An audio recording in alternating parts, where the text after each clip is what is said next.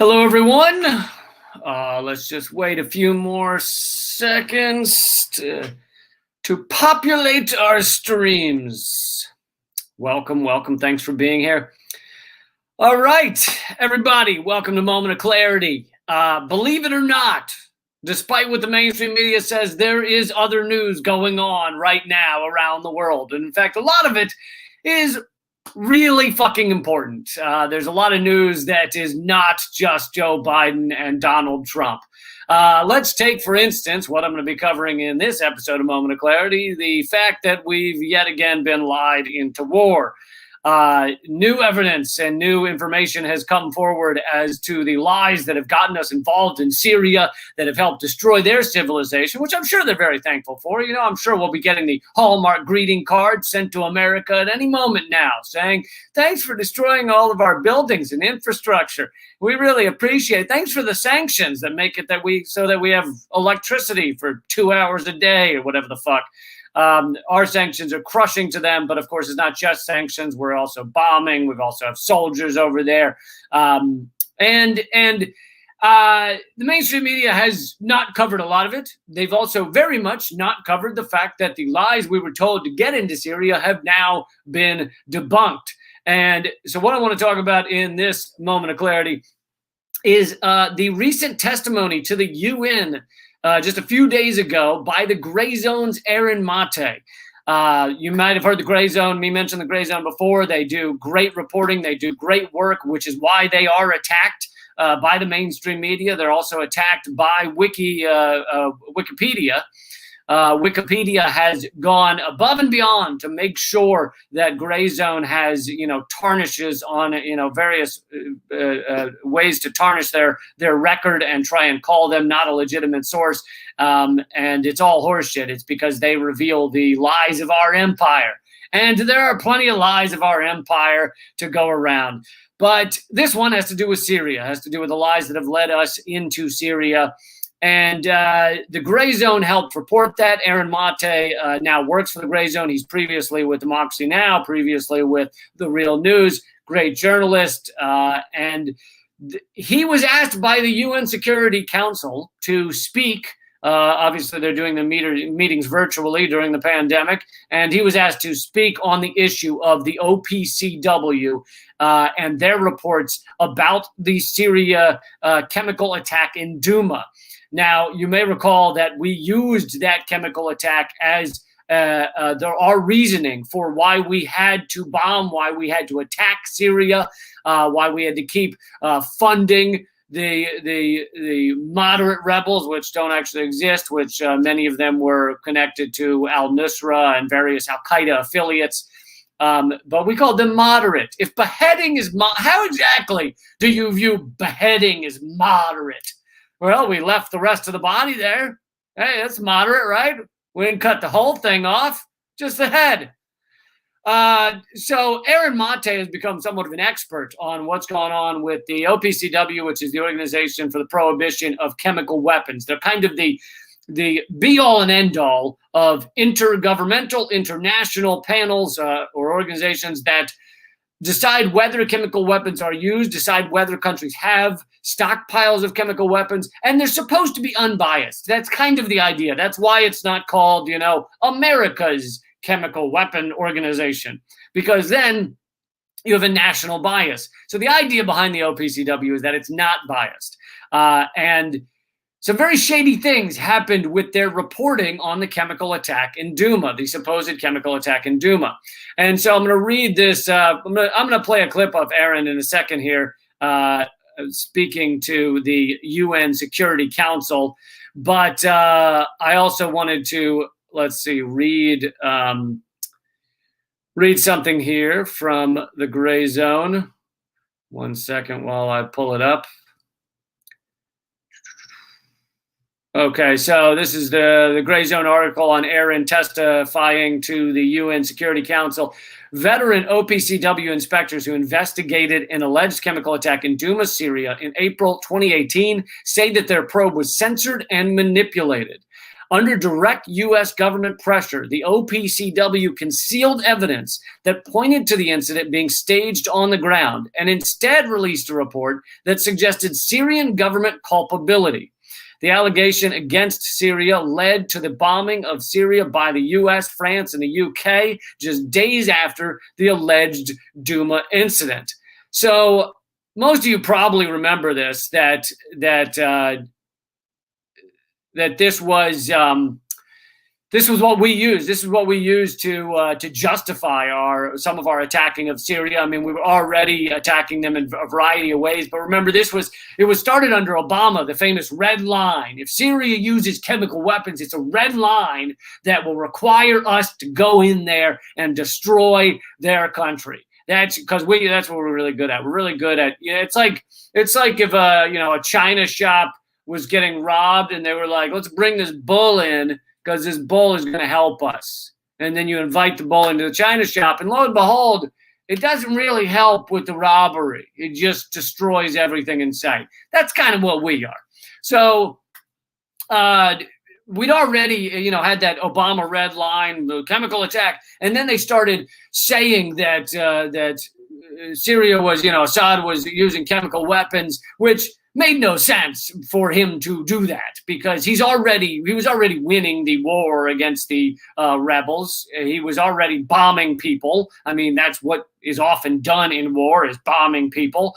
And so why did he feel the need to use the one weapon that would ensure that the U.S. would attack him and be in Syria? It's completely illogical. But besides all that, the OPCW goes to Douma after the attack, and they check it out, and they come out with a report. And then that report suddenly gets altered, as we found out from OPCW whistleblowers. The reporting on this alteration of the report has been basically non-existent in your mainstream media. Their heads so far up their asses, it's very dark in there. They can't breathe well, so it's understandable that they didn't quite see that going on. And so some of the great reporting has been done by the Gray Zone, a few other alternate resources. Some very well-known journalists like John Pilger and Robert Fisk and Seymour Hersh have done reporting on how these chemical attacks either appeared to be staged or appeared to not happen at all. So anyway, this is now I'm going to play a clip from Aaron's actual address to the UN Security Council. Let's see if I can do that real quick. Here we go. Okay. And hopefully you can feel free to let me know if you can't hear it. Hopefully you can hear it fine. And this is when you find out that I have other tabs open that show that I am getting ready to buy a pony. I'm not really getting ready to buy a pony, but you never know. You never know what tabs I might have open. The OPCW, the world's top chemical weapons watchdog, is facing a serious scandal. Leaks from inside strongly suggest that the OPCW has been severely compromised, and the implications of this are grave. It would mean that in the case of Douma, the OPCW was exploited to accuse the Syrian government of a chemical weapons attack in Douma in April 2018. It would also mean that the OPCW was used to retroactively justify the bombing of Syria by several member states just days after the alleged Douma incident. In short, it appears the OPCW was compromised to justify military strikes. There are also indications that the OPCW has retaliated against two veteran officials, one of them is here today, who were a part of the Douma investigation and challenged the censorship of the Douma evidence. These two OPCW officials are highly regarded scientists with more than 25 years of combined experience at the organization. Yet, instead of being protected and given the chance to air their concerns, these two scientists have seen their reputations impugned by the OPCW leadership. There is substantial evidence to back all of this up, and today I will try to summarize the key details. So there's just a little bit of Aaron's testimony to the UN. I'm not going to play the full details. It's 15 minutes long, but feel free to go to the Gray Zone if you'd like to listen to Aaron's entire report on that. But he mentioned the two whistleblowers that have come forward, and like he said, they have been mercilessly attacked as if they aren't professionals, as if they haven't been with the OPCW for years. And this is what the U.S. does, right? We manufacture consent for war via lies. If we can't get official bodies to go along with our lies, then we either pressure them or we say they don't count, they're not real, they're not, they're lying in order to make us look bad, and we try and impugn them. So clearly the U.S. somehow has taken control of the OPCW in general, which is why this report got altered to begin with. And you can actually, luckily, we've got the original, thanks to these leaks, which again have been covered by the Gray Zone, we've got the original report about Douma, and then we've got the altered version from the OPCW. So we've got the original OPCW report, which says completely different conclusions than the doctored report, which was ultimately put forward by the OPCW.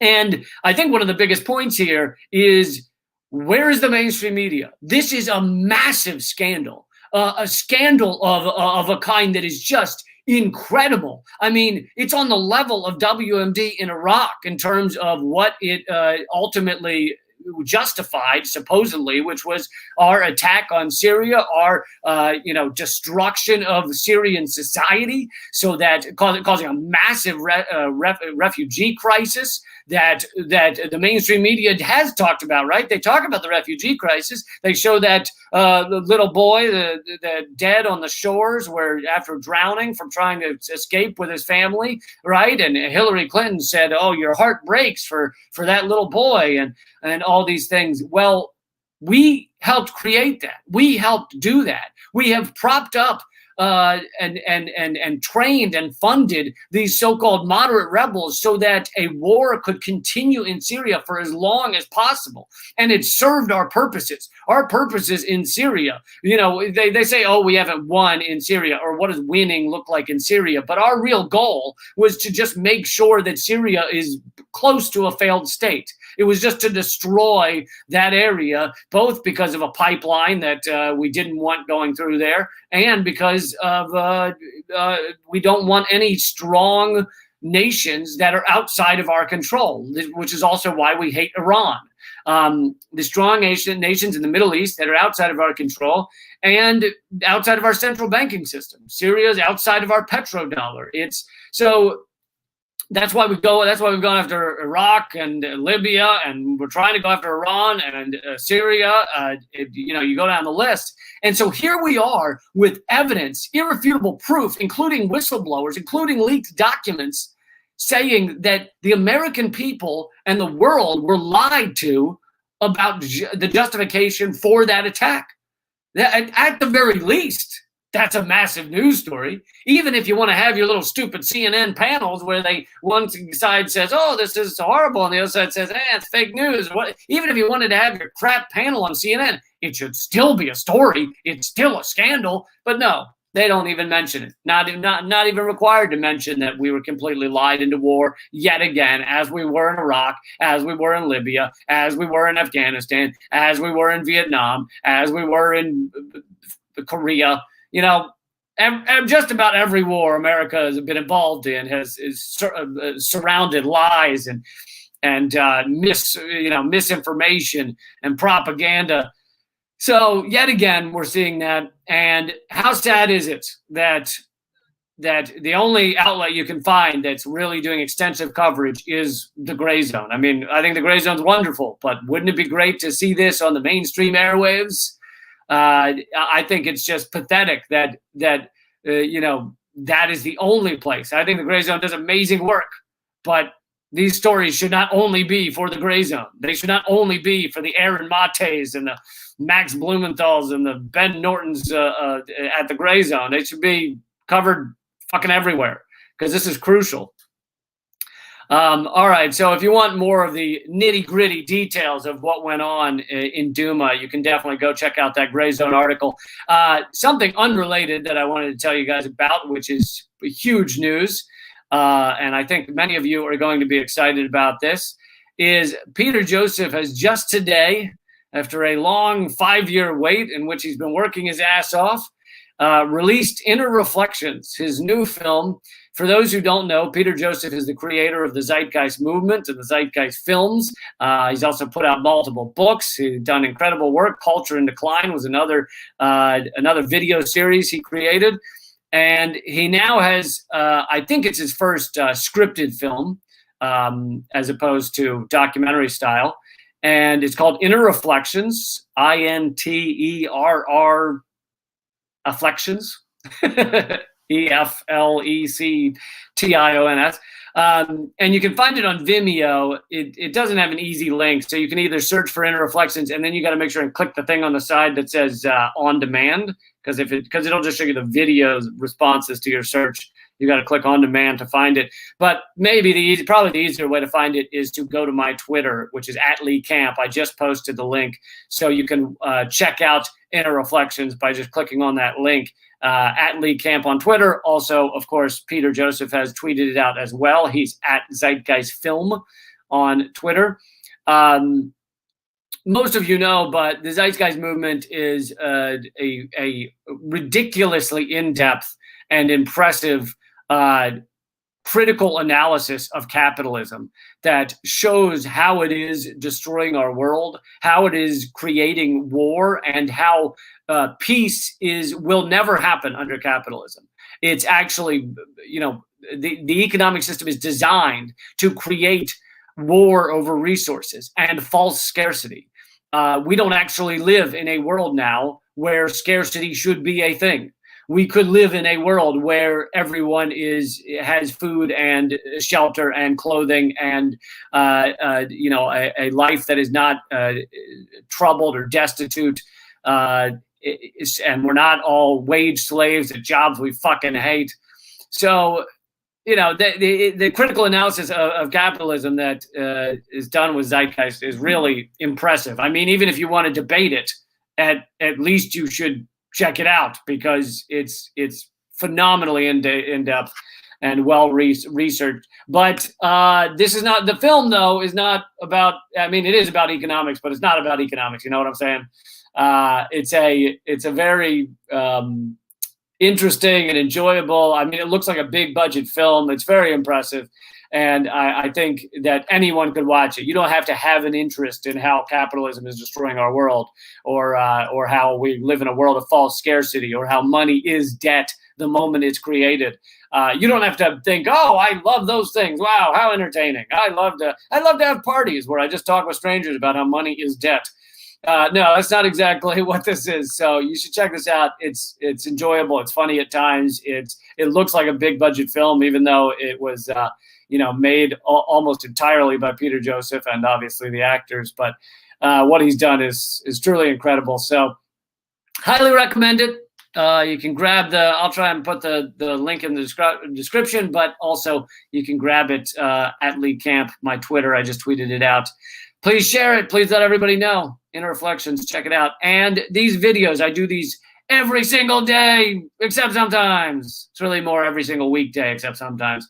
But so if you miss one, just go to LeeCamp.com and you can check it every day. And I hope that you'll start the habit of checking LeeCamp.com every day for the breaking news, what's the mainstream media is not covering, as it wouldn't touch with a 10-foot pole made out of the bones of their victims. No, they would not. Those are the type of stories I cover. So please check out LeeCamp.com. You can also join the free email list simply by texting the word redacted to 33777. That's how you join in America. Outside of the country, you can go to LeeCamp.com and join there. All right. Keep fighting.